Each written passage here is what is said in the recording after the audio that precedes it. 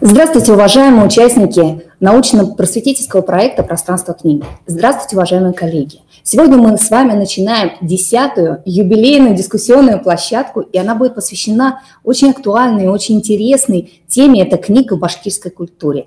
И я с удовольствием вам представлю главного гостя сегодняшней дискуссионной площадки. Это Айгуль Энверовна Епарова, начальник отдела пресс-службы Национальной библиотеки имени Ахмед Заки в Лиде Республики Башкортостан. Добрый день. Да, здравствуйте. Ну и двое гостей, я надеюсь, что они подойдут.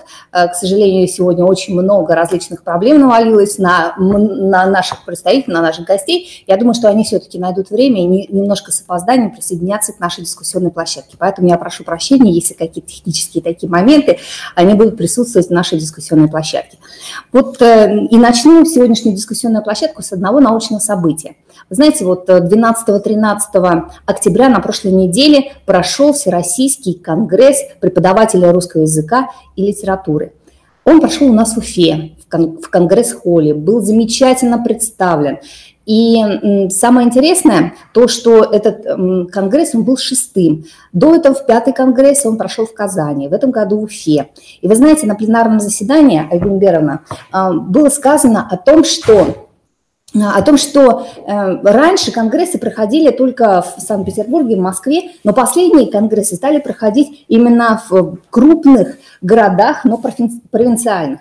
И тематика, она была вот именно ориентирована на взаимодействие, взаимовлияние различных культур, потому что Россия – это многоцветие культур, так ведь, да, и поэтому любая национальная литература, она влияет на всю российскую литературу, и поэтому данный региональный компонент, он был очень хорошо представлен. И Закир Арсланович, пожалуйста, вот нам присоединился, да, рады видеть вас, Закир Арсланович. Алибаев, кандидат филологических наук, доцент кафедры башкирской филологии, литературы и культуры, да, башкирского факультета, председатель правления Союза писателей Республики Башкортостан. Ну, вот такие у нас сегодня именитые гости дискуссионной площадки, я очень рада. И вот я начала с того, что вот был у нас конгресс преподавателей русского языка и литературы в Уфе в конце предыдущей недели, и интересно то, что они выбрали для своего конгресса Уфу. И там тематика региональной культуры, региональной литературы была хорошо представлена. И это, наверное, такая тенденция, что постепенно вот и литература, и культура интересуются именно национальными литературами, взаимовлиянием, взаимодействием.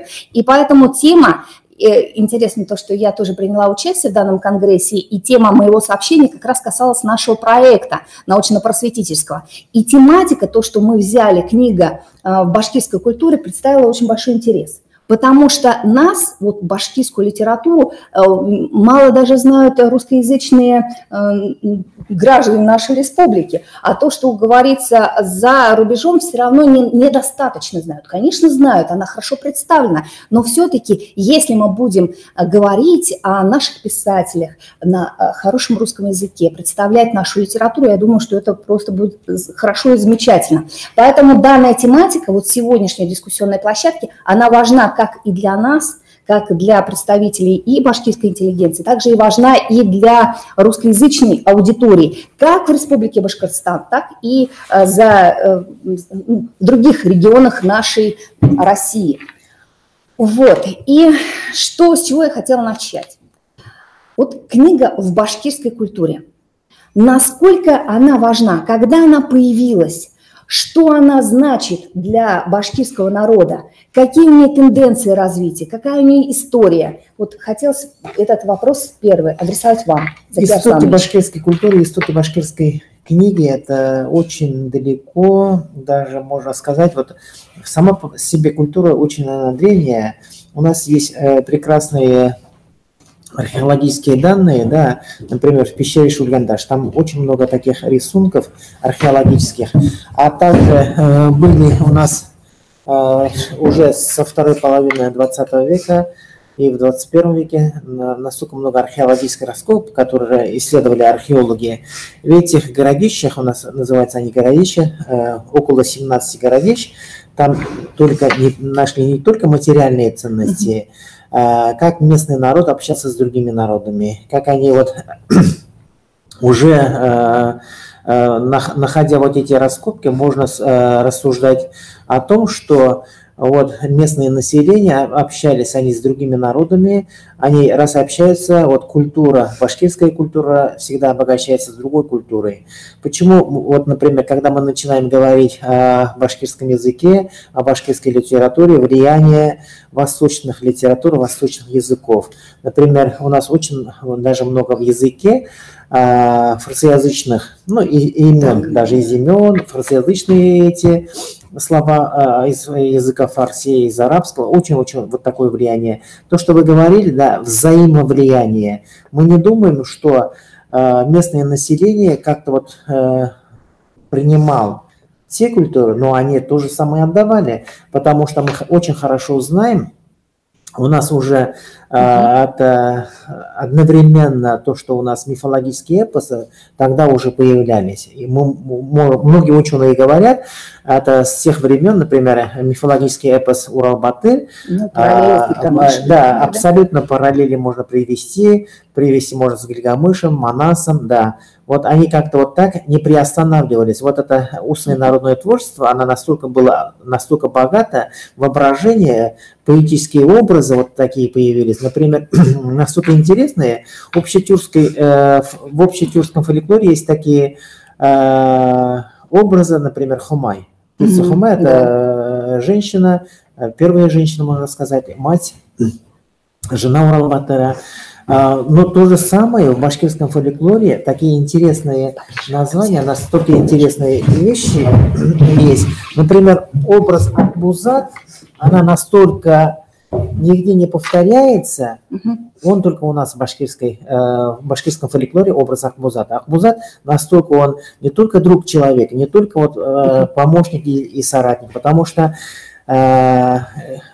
из одноименного эпоса Акбузат мы знаем, да, настолько он интересен тем, что у него все предпосылки есть, даже географическое название, Алкасыканкули и так далее, они где-то не принимали, не воспринимали вот эти сюжеты и так далее, и так далее.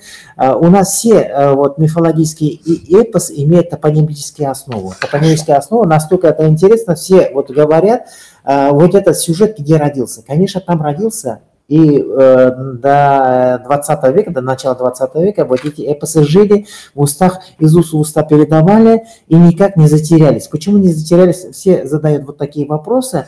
Почему? На самом деле, могли бы вот поколения как-то вот так ушедшие могли бы забыть, но как-то сохранились. Вот эпосы не знали, там, например, целые там в площадке не выступали по 200, по 300 человек, знали 2-3 человека.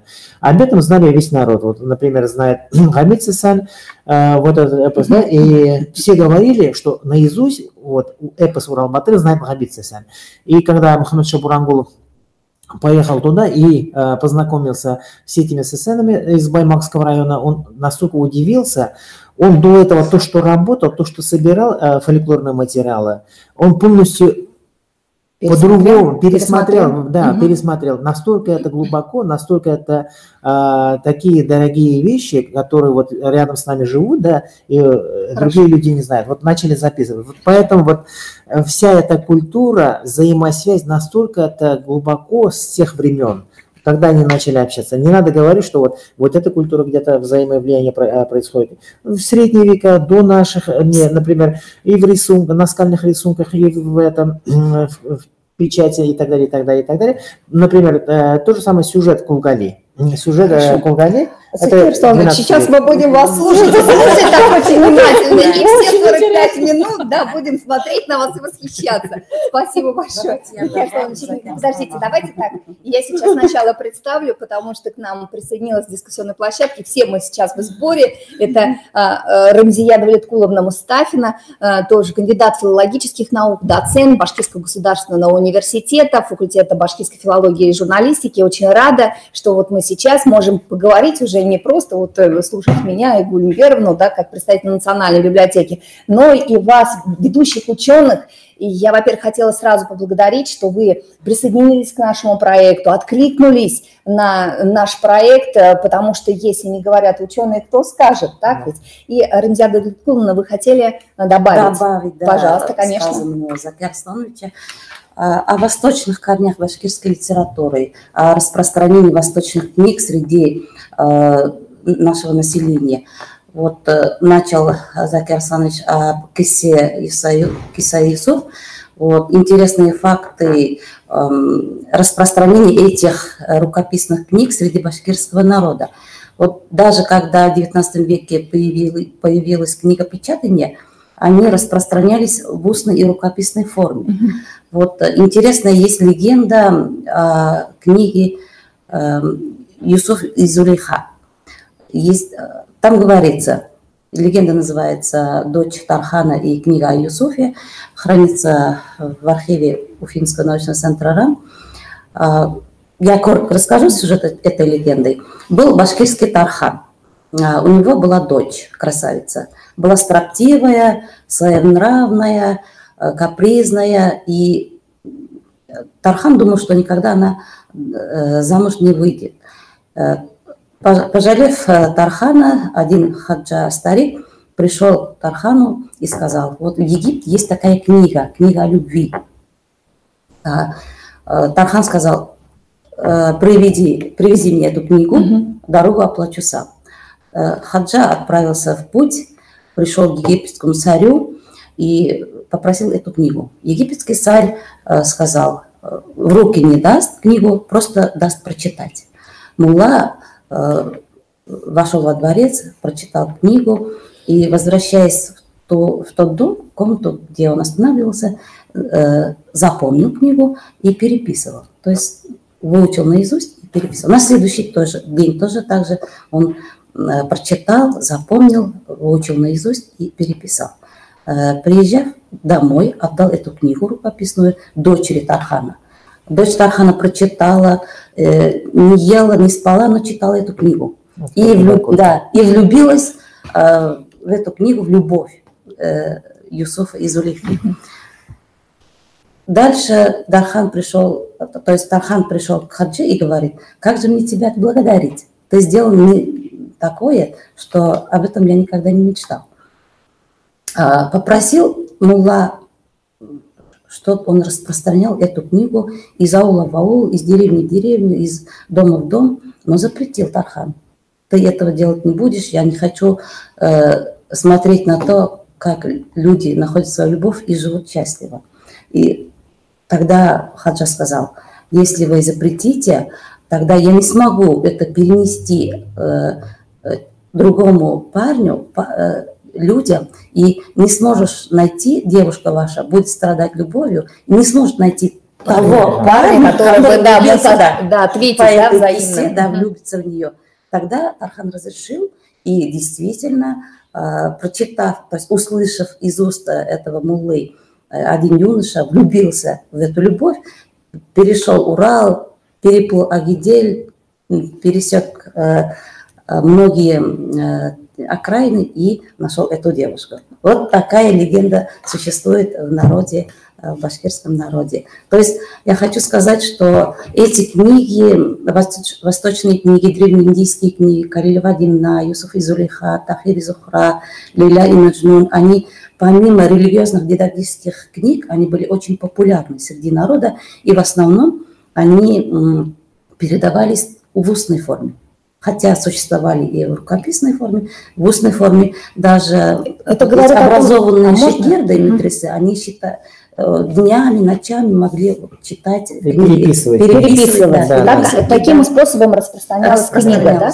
То есть получается, да, вот раньше когда-то говорили, что вот башкирский народ, там, он такой был неграмотный очень много, да, вот мы тоже об этом говорили на одной из площадок, то есть книга как искусство. К нам приходил Марс Леронович, и он тоже вот эту тему затронул, он говорил о том, что если даже башкиры писали на тюрке, то с точки зрения советской, да, системы они считались безграмотными. Но насколько глубокий, грамотный был народ, что они переписывали, они читали. И даже вот воспоминания Заки Валиди, он пишет о том, что его мама, там, Умул-Хаят, она настолько знала и фарси, она читала, и он там с 5 или 6 лет начал изучать множество языков. То есть, на самом деле, это была мощная культура, так ведь, да? Но вот если мы говорим о мощной культуре, но все-таки вот если башкирские вот книги,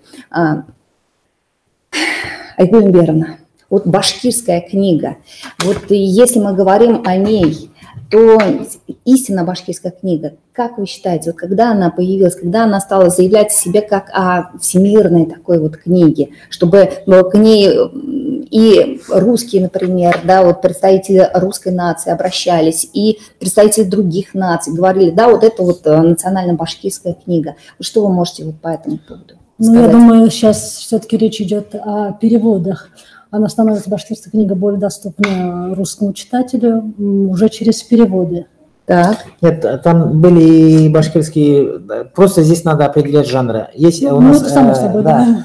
Есть публицистика, например, Батырша Алиев писал это уже известная, да, публицистика. Есть такие жанры, которые просто переводы с восточных языков. Есть просто такое, сами творцы писали на башкирском языке. Мы хорошо знаем, да, то, что вы до этого говорили, мать Закивалиди, то же самое мать Салавата Юлаева знал и персидский, и арабский язык, и он привил любовь к языкам. Это у отца настолько было дел, он занимался другими делами, а мама воспитывала. Вот я думаю, да, совершенно вот этот башкирский язык начался у нас, вот это средние века, Салавата Юлаева и сесенов. Творчество сесенов абсолютно на башкирском языке, потому что они вот уже в средние века все сесены писали только на башкирском языке, потому что они не то что писали, они выступали там в Иенах, выступали не только 100 человек, там же были больше тысячи людей собирались в Иены, и они обязательно приглашали тех сесенов выступать. Они знали вот проблему вот этой местности, вот этой страны, можно сказать, да, вот этого народа. А всегда народ ждал слова сесена. А сесен подготовился, у нас какая проблема? У нас вот люди что ждут от меня? Всегда от сесена ждали. А сесены выступали только на башкирском языке, потому что появляются и отношения с российским государством, например, присоединение к русскому государству, да? Один из первых в России, всегда надо говорить, это башкиры взяли, вот присоединили, взяли грамоту. В грамотах было прописано никого из башкир не крестить, второе, земли остаются за собой. И третье, восточные границы они будут охранять совместно с российским государством. Вот такие федеральные отношения тогда еще было проложено. В те времена тоже самое появились, потому что началась колонизация и так далее, и так далее, и так далее. Мы знаем, что с тех времен вот русские приезжают к нам в Башкирию, закупают земли, очень много вот таких, даже очень много вот фактических данных документально. Когда в Оренбург приезжал Александр Сергеевич Пушкин, когда он писал «Капитанскую дочку», да, ему тоже предлагали земли закупать, а он просто отказался. Это факты есть. Факты есть. Те дворяне, которые закупали земли, и они отношения же складывают не только негативные. Мы очень хорошо знаем Льва Николаевича Толстого, как он общался с башкирами, и много-много вот таких. Он научился, в конце концов, Лев Николаевич Толстой, даже что он был христианином, но настолько общался хорошо, а вот эта религия, исламская религия, настолько его тронула, в конце жизни он в дневниках очень много пишет о башкирах, потому что настолько они хорошо начитанные, они знают, вот, где они живут, знают вот этот мир, и отношения выстраивают правильно. Например, во всех рассказах, в дневниках, каждый раз, когда приезжал Лев Николаевич Толстой к башкирам, он писал к жене, к своим детям письма. В этих письмах он всегда, вот, я даже не знаю, как это выразить, да, он всегда восхищался этим народом. И детьми восхищался.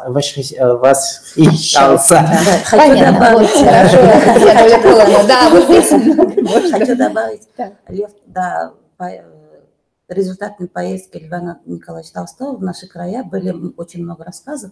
Один из них: много ли человеку земли нужно. Как раз он поднимает проблему земли, продажи земли, и его симпатия писателя на стороне башкирского народа.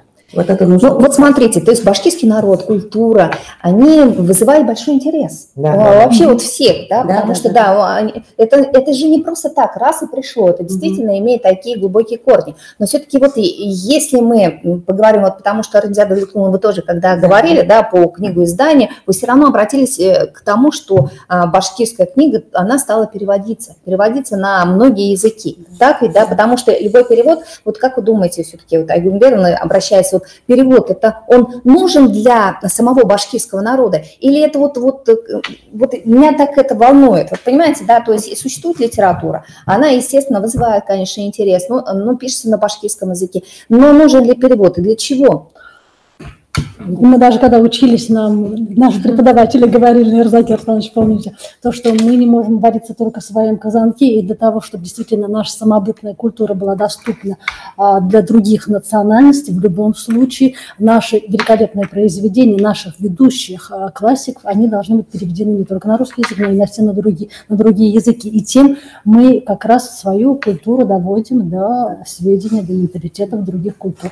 Перевод это мост, такой хороший мост между культурами, между народными. Например, если я хочу понять якута, которые живут на севере, может быть, там ни разу не побывав, какой у них быт, какие взгляды на жизнь. Вот можно понять через переводы. А на башкирском языке или на русском? Если, например, перевод или как? Нет, если хорошо было бы, если мы переведем на свой язык, тоже самое хорошо, потому что в советское время все произведения, например, Горького взяли план, переводили, любого из классиков переводили целые задания, например, книжное издательство. Тогда Китап не назывался, вот это книжное издательство, задание было у них. Сидели переводчики, задание давали, например, этому поэту переводить, например, Блок, этому поэту переводить Сергея Есенина и так далее, и так далее. Плановое задание было. Госзаказ. И по заказу они переводили, хотя они знали на русском языке. Мне интересно, как звучит Пушкин на башкирском языке. Это же тоже интересно. Например, перевод – это целое искусство. Конечно. Не просто так переводить. Например, наших башкирских переводов на русский язык сегодня я очень хорошо знаю. Да, у нас есть Сергей Янаки. Настолько он вник в башкирский язык, башкирскую культуру, вот поэты сами удивляются, как же он так переводил. Я вот то, что где-то не высказал свое мнение, да, а у Сергея Янаки получилось, сами удивляются. Рамиль Гарипов специально изучал персидский язык, чтобы переводить Рубая Марахая. Да. Естественно, потому что нужно знать язык и культуру, да, вот этим жить для того, иногда мелочи надо знать, вот какие-то детали надо знать, детали культуры, например, почему в этом языке это звучит так, а в других народах по-другому. Например, если мы говорим Акбузат, да, у русского народа нету Акбузат. Конек и рыбунок никогда не надо сравнивать. Конечно, сравнили. Нет, вот если другой, такой же, если скажешь в переводе, такой же конь, вот как у вас, вот нельзя сравнивать. Это две разные вещи. Да. Вот, а еще, Рамзиада Давлетовна, вы говорили о том, что вот даже опять-таки, возвращаясь к этому вопросу, вы говорили, что переводческая школа все-таки, да, в советские времена она была выше, и в какой-то момент была потеря, да, вот этого, ну, не знаю, традиции. Был такой, да, вот временной лопус, когда вот эта традиция, она немножко прервалась, так ведь, да, более сильно. Сейчас, вот как вы считаете, восстановилась эта традиция? Вот и если мы говорим о переводах, вы тоже говорите, да, вот и Рамзиада Давлетовна, или вот на том же уровне, выше, но как-то все равно, вот и стало ли это, ну, вот эта школа, она все-таки есть у нас сейчас или нет?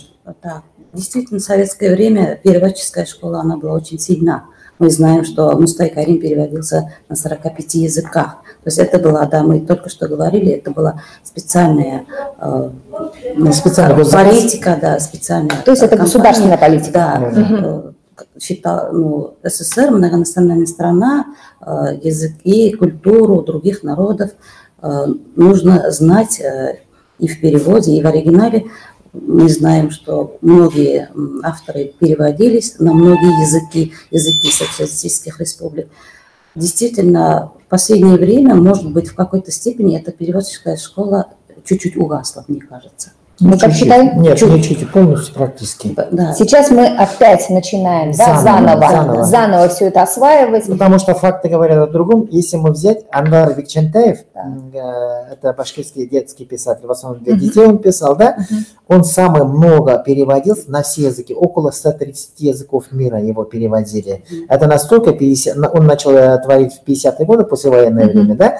И настолько интересная повесть, интересные рассказы Анвара Викчентаева. Он писал на русском языке, потом переводили его на башкирский и на другие языки. Вот с русского языка переводили. И у каждого писателя, у каждого поэта сложилась так судьба, да, переводческая судьба. У каждого были свои люди. Например, откуда мы знаем Мустая Карима, все откуда знают? У него определенные переводчики, переводчицы были. Например, вот то, что говорили страны СНГ, сейчас мы говорим, тогда страны союзных республик, там все знали Чингиза Айтматова, все знали Расуля Гамзатова, от и до. Может быть, Расуля Гамзатов в Дагестане на аварском языке мало кто, очень мало читал, потому что нация очень такая маленькая, да, а весь советский народ, например, Журавли, не то что знали, все пели на 9 мая. И вот эта песня переводилась на башкирский язык в исполнении Фарита Бикбулатова, очень хорошо звучит. Я каждый раз слушаю, удивляюсь, как будто это, собственно, на башкирском языке написано. А дух, на самом деле, гамзатовский там абсолютно сохранен. Хорошо. Вот еще. Айгуль Беровна, вот мы тоже к вам обратились с тем, чтобы вы приняли участие в нашем проекте, да, и я даже, собственно, попросила, потому что вам очень нравится Мустай Карим, и я хотела вот узнать, вот вы как раз взяли переводы, да, вот 2 стихотворений, вот почему вы выбрали эти стихотворения, вот как вот получилось, что вы так вот обращаетесь, да, то вот к поэзии, к слову Мустая Карима. Вот и я бы хотела тоже такой личностный вопрос задать вам. Но моя любовь к Мустая Кариму, наверное, все-таки на частном уровне. Действительно, мне очень нравится Мустай Карим. И мы, когда проводили лекцию, действительно были взяты 2 перевода «Мгновение» и все было будоражено вокруг. Это переводы Снеговой, стихотворения Мустая Карима, переводы Ирины Снеговой и Елены Николаевской. Да, великолепно. И Ирина Анатольевна, и Елена Матвеевна великолепно переводят. Как уже говорили, они настолько сродни с духом Мустая Карима. В сущности, Ирина Анатольевна до конца жизни переводила Мустая Карима. А почему нравится это стихотворение? Вы знаете, наверное, мне очень нравятся метаморфозы в жизни людей, как они проводят. А Мустай Карим это мастерски пишет на своем родном языке, то есть у него временные отрезки, великолепно он описывает в своих стихотворениях, то есть у него всегда начинается утро и описывается, начинается жизнь, начинается мир. А когда он пишет о себе, когда приходит любимая женщина, то есть он начинает с молодости, и описывая себя, и описывая любимую женщину. Затем он превращается уже такого зрелого мужчину, который не просто зрелый мужчина, а за плечами которого уже бои остались. Потом, когда он приходит старым патриархом, вот такие метаморфозы мне всегда очень даже нравились. И что всего нравится, это мастерски передает еще его переводчики. Это очень сложное, кстати, дело, наверное, практически, невозможно, как говорил сам Ильгиз Каримов, что поэзия непереводима, но и Николаевская, и Снегова, проникнув этим духом, настолько прекрасно переводят все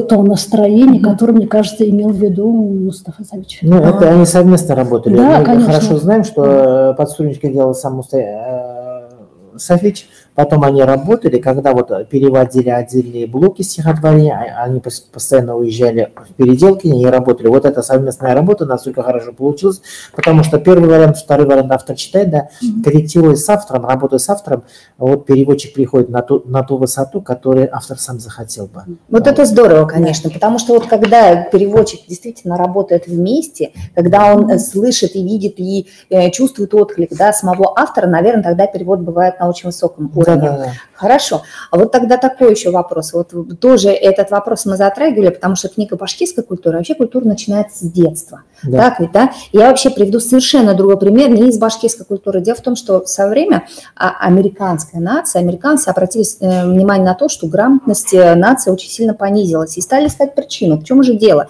И тогда они вышли на причину, что просто нация перестала читать. В какой-то момент у них был тоже такой временной период, когда мало кто читал, и тогда они, это конец 80-х годов, была выдвинута большая национальная программа, и было очень много грантов, и самое главное, что они начали поддерживать именно детскую литературу. То есть они много денег потратили на то, чтобы возродить, чтобы поднять детскую литературу, издательство книжное, детское, на очень высокий уровень. И поэтому тот уже вот американский детский писатель сегодня, он завоевал уже весь мир, и потому что все это было издано очень хорошо, на хорошем уровне, много денег было на это потрачено. И теперь результаты таковы, что американцы нас в плане читательской культуры обошли. То есть это было вот правильно, это действительно был госзаказ, потому что здесь без государства иногда не обойтись, так ведь, да? Вот у нас башкирская детская книга сейчас на каком уровне? Потому что нас смотрят библиотекари, которые работают с детьми. Что вы можете сейчас сказать? Вот какая сейчас ситуация? Ну, есть факты, есть на самом деле то, что надо домысливать. Например, у нас в издательстве «Китап» имени Зайнабешева есть детская редакция детской литературы. В редакции детской литературы настолько работают, я думаю, профессионалы, потому что каждый раз я захожу в магазин этого издательства, да, настолько красочно, настолько интересные вещи выпускает. Да, вот несколько примеров можно привести. «Радость нашего дома» на 2 языках Мусая Карима, вышедшая в 2017 году. Не только что, вот, вроде бы и тираж большой, да, сразу закупили, потому что единственную книгу я купил своему сыну, потому что... Нет, на самом деле, вот это красочно. Детская книга, как должна быть, сегодня вроде менеджеры очень хорошо знают, да, как они должны выглядеть, как надо завоевать душу людей. А детей, на самом деле, они должны быть ярко-красочные. И сюжеты, и поэзия, и сюжеты должны быть настолько оригинальны, потому что детское мышление, не как у взрослые, они принимают мир чуть-чуть по-другому, может быть, вообще иначе воспринимает, потому что, когда человек читает сказку, да, именно верит в сказку. А вот заставь взрослого человека верить в сказку, это практически невозможно. А у человека настрой такой, да, он верит в эти чудеса, то, что он писал, вот этот писатель, да, если там идет в детской книге такие хорошие рисунки, образы, сразу уже воссоздается, потому что человек, читая книгу, ребенок, читая книгу, уже у него целая серия идет фильмы, мультфильмы и так далее, и так далее. Он не только видит вокруг себя, а он на самом деле, у него свой сюжет уже заворачивается. Поэтому дети уже, если учительница или в садике хороший воспитатель читает книги, да, уже начинают сами же творить. Потому что я вижу, творческие дети, они чуть-чуть по-другому на мир смотрят, и они видят не ту черную полосу, которую видят взрослые, да, а в этой черной полосе они всегда видят какие-то радужные. Хорошо сказано.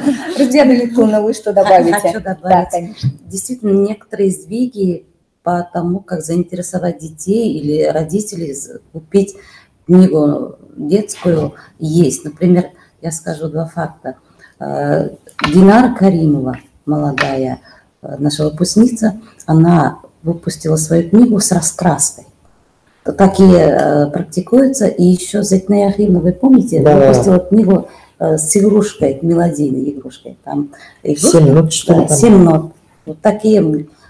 Так нужно, наверное, продолжать. Ну, я не имею в виду такие вот как бы менеджерские, да, такие штучки, которые вот, а я говорю еще о содержательной стороне, да, содержательной. Это очень важно, потому что наши дети визуалы, особенно, да, сейчас, если раньше тексты и были небольшие, да, вот, к сожалению, да, они так сформированы, так растут. А содержательная сторона, Айгуль Бербовна, вы вот что можете тоже сказать? Кстати, вот насчет радости нашего дома, сразу вспомнила. Мустай Карим, когда писал эту книгу, он говорит, в моей жизни так получилось, что я встретился, по-видимому, прототипом этого ребенка на полях войны, когда шли, мы встретились с мальчиком-сиротой, который говорил, то есть он говорил о себе с такой, говорит, простотой и с той же мудростью взрослого человека. И у него, говорит, были такие простые предложения, и вот именно его мировоззрение я вложил в образ Ямиля. радость нашего дома. То есть, я думаю, он, говорит, просто, говорит, прошел в сознание этого ребенка, чтобы прочувствовать. Пишет, что уже, будучи взрослым человеком, который прошел уже войну, а нужно же войти действительно в образ маленького ребенка, чтобы привлечь своего юного читателя. И он просто вошел в этот образ и таким образом писал. И, кстати, Мустафа Карим, когда мы даже разговаривали, он сказал, что вот это нужно...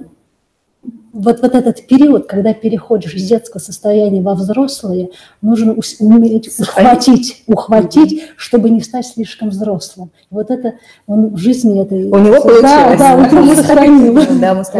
Сегодняшняя литература, вот эта детская литература, насколько у нас же не только 20 век, 21 век, настолько вот эта проблема всегда остается, потому что детские писатели, которые пишут до конца своих дней для детей, очень мало. Конечно, есть у нас Гульфия Юнусова в поэзии, но правительство настолько внимание обращает, уже каждый год, через раз в 2 года объявляет премию имени Хадия Давлетшина для детей и подростков. Как один из членов жюри, я знаю, настолько уже люди подтягиваются, творческие люди подтягиваются именно в эту тематику, в детскую, детскую литературу. Это очень хорошо. Ну и среди молодежи уже чувствуется, отношение, например, для того, чтобы творить, надо знать язык. Любой язык. А сегодня очень вот такая большая проблема, знание башкирского родного языка. Это уже очень большая проблема. А вот таких детей, чтобы найти, и людей, молодых людей найти, очень трудно. Вот в этом году мы проводили грант, выиграли за 18 год президентский грант, и мы искали вот творческих людей от 14 до 25. Аллаху шукр, среди этих людей мы нашли именно детских писателей, которые пишут на детскую тематику, пишут глазами ребенка. Это здорово. Так, Рамзада Висковна. Я хочу добавить, истинные мастера слова, они с детства же слушали свой родной язык, родную культуру. Например, Баязит Бекбай, Галин Салян в своих воспоминаниях говорят, что дедушка рассказывал им сказки, эпосы, разные жанры фольклора. Поэтому действительно с детства мы должны приучить своих детей к своей родной культуре и языку. Хорошо. Только тогда можно получить истинные произведения. То есть все идет с детства, конечно. Все равно, да, то есть это в детстве формируется любовь, именно любовь, да, к своей культуре, к своему языку, и если это есть, то у нас будет и богатая литература, и все у нас будет, так, ведь мы будем, мы есть великая нация, да, то есть мы есть великий народ, но культуру нужно свою беречь и продолжать. Так, и еще, следующая тема у нас, вот как раз мы немножко уже говорим об этом, у нас будет интересная тоже тема, это может ли перевод быть лучше оригинала, и сегодня мы немножко начали эту тему, но тем не менее впереди у нас это столетие величайшего поэта, народного писателя Мустафы Карима. И я бы хотела обратиться и к Айгуль Эмберовне, как начальнику отдела пресс-службы,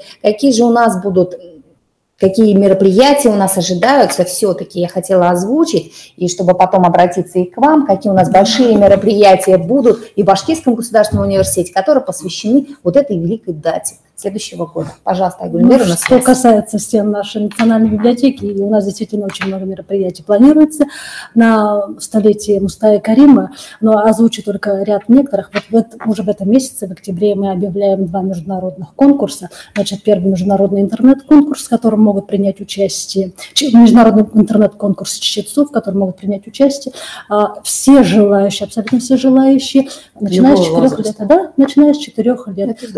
То есть это запись на ролик и так далее. Положение все будет указано. В данное время проект положения находится на согласовании в Госкомитете по информатизации. И вот прямо по согласованию буквально прямо сейчас объявляем.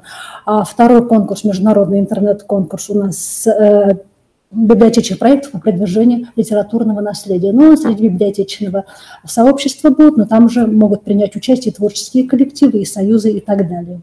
То есть это понятно, о чем идет речь. Потом, естественно... А насчет цифровой, вот мы знаем, что у нас есть цифровая, пожалуйста, об этом да, тоже. Вот нашим отделом, кстати, отделом оцифровки оцифровано множество книг Мустая Карима. Да, там не только на двух, да, и еще есть на языках народов России и мира. Порядка, уже пока уже есть, порядка около 90 книг уже у нас уже выложено в электронной библиотеке. Еще планируется до конца года около 150, по-моему, если около 200 книг. Об этом я хотела спросить. Будете продолжать? Да, конечно, потому что уже оцифровано с этой.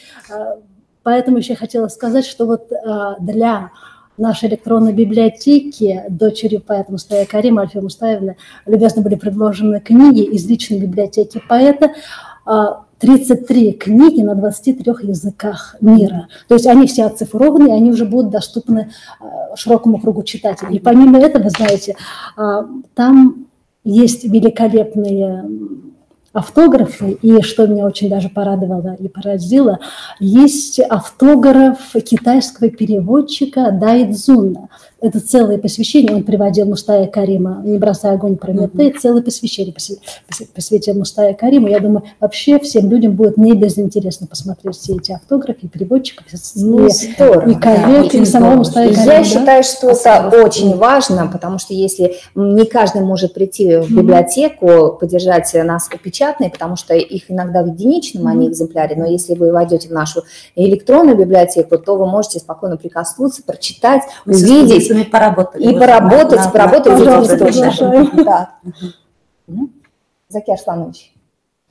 Оригинал, не знаю, лучше сможет ли быть, но это вопрос, все равно такой интересный вопрос, да. Но иногда бывают такие моменты, да, какие-то детали переводчик умело это делает. Вот поэтому среди наших переводчиков, то, что мы говорили, да, конечно, если человек знает оригинал, это очень хорошо. Если не знает оригинал, да, конечно, бывают такие очень хорошие переводы не только классиков, иногда бывает так, да. Например, Талхан Гиниатуллин пишет на русском языке, народный писатель Башкортостана, но его на башкирский язык настолько хорошо переводили, читаешь русский текст, читаешь башкирский текст, в принципе, ничем не отличается. Одинаково, настолько это хорошо переведенное произведение, вот поэтому иногда надо сравнивать с тем, что вот бывают те переводы и переводчики, настолько это хорошо получается.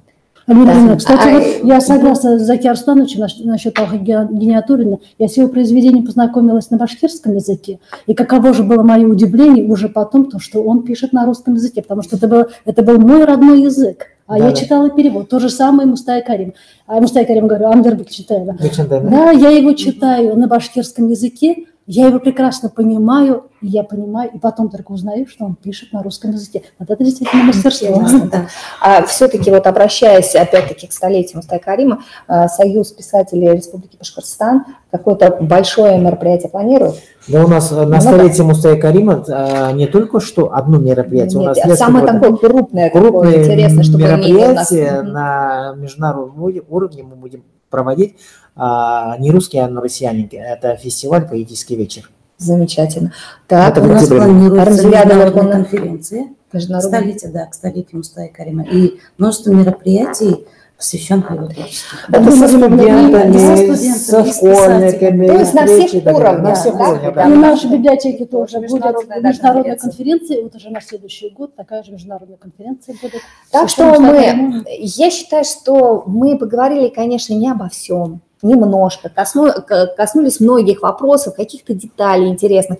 Но дело в том, что мне главное было именно представить книгу в башкирской культуре, насколько она живет, насколько у нее есть будущее, насколько у нас сильны основы для того, чтобы развиваться и идти вперед. Потому что у нас действительно большой, богатый фундамент, откуда мы произрастаем, корни у нас великие. И поэтому нам нужно с широко открытыми глазами смотреть в будущее и стараться, и привлекать к нашей литературе, к нашей книге подрастающее поколение. Я думаю, что в этом плане мы очень хорошо работаем.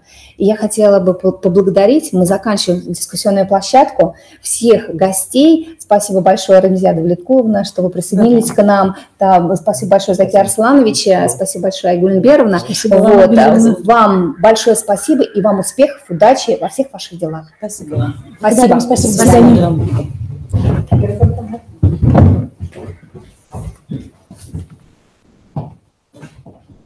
Как